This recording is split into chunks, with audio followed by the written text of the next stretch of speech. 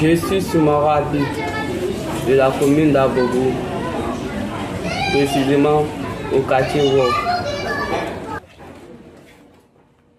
Mbitemi ko Habib Soumaworo, njeyami ko e commune bo Abobo, ha ɓuri tengtude e legal Wolf. Min codata komin ñaami ko e ɓe rewɓe yeeyoɓe e laabi Abobo, sabu ko kamɓe ɓuri weɓande amen coggeeli. Kadi ko ɗo ɓuri newade e yaade restaurant, rewɓe ɓe jeeyata ko e hoore laawi ɗi, sabu eɓe cikki ko ɗo ɓe ɓurata heɓde sodoɓe.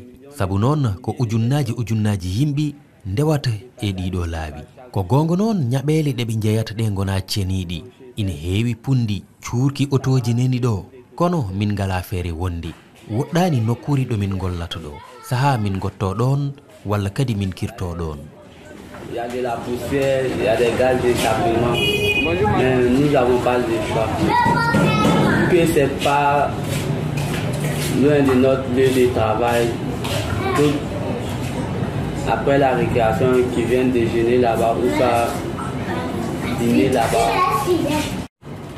Effectivement, moi il y a des diarrhées.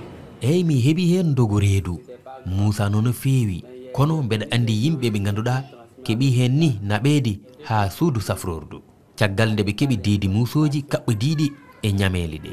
Tawde noon mairuji ɗi ina keɓa kalifi e ɓeeɗo rewɓe yeeyoɓe e hoore laawi ɗi, mbeɗa yiɗno service aji laaɓal ɗi dokka ɓen rewɓe kutorɗe kande ɗe, ɓe dokkaɓe kadi nokkuji ɗe ɓe nanni ñaɓɓele ɗe ɓe jeeyata ɗe.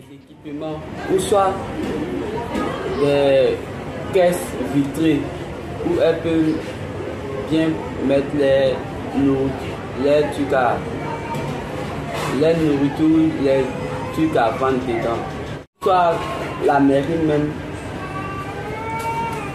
trouve des espaces pour ces femmes. Walla noon mairie ndi e hoore mum mahanaɓe nokkuji ɗe ganduɗa kamɓe ɓeeɗo rewɓe maɓe mbawa toon wonde e dow ndenka, sabu hay gonal maɓɓe e dow laabi ɗi wona ko siiri wonandeɓe walla wonande sodoɓe e maɓɓe ɓe. Accident ji ina mbawi heɓtadeɓe hen e kala saaha. Mbeɗa yiɗno kadi laamu ngu hirjina kadi waggina ɓeeɗo rewɓe yeeyoɓe e dow caɗele bawɗe heɓtadeɓe.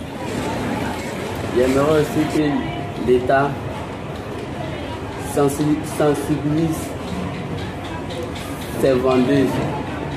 Et vu qu'elles vendent au bord de la route, c'est plus accessible et les prix sont abordables. Mais elles nous exposent au danger